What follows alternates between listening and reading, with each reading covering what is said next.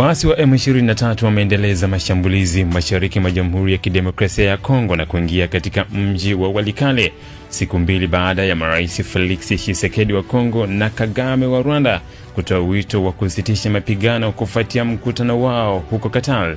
Milio ya risasi ilisikika usiku wa jana karibu na mji huo katika eneo la Nyambange ambako mapigano yamekuwa yakiendelea kati ya waasi wa M23 na jeshi la Kongo.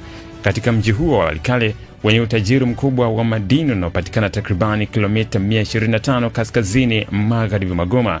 Hayo yakiarifiwa, Rais wa Kongo Felix Tshisekedi amesema nchi yake inatarajia kuanzisha uwezo wake wa ulinzi na usalama kama sehemu ya mkataba wa ushirikiano na Marekani, ambapo Washington itanufaika pia na madini ya Kongo. Katika hatua nyingine, Rais wa Faransa Emmanuel Macron aliwapokea jana wawakilishi wa makanisa ya Kongo ambao wanajaribu kurejesha amani mashariki mwa nchi hiyo. Macron amesisitiza kuwa anaunga mkono mchakato wa mazungumzo ili kutafutia suluhu mzozo huo ambao umekuwa ukiendelea mashariki mwa Kongo.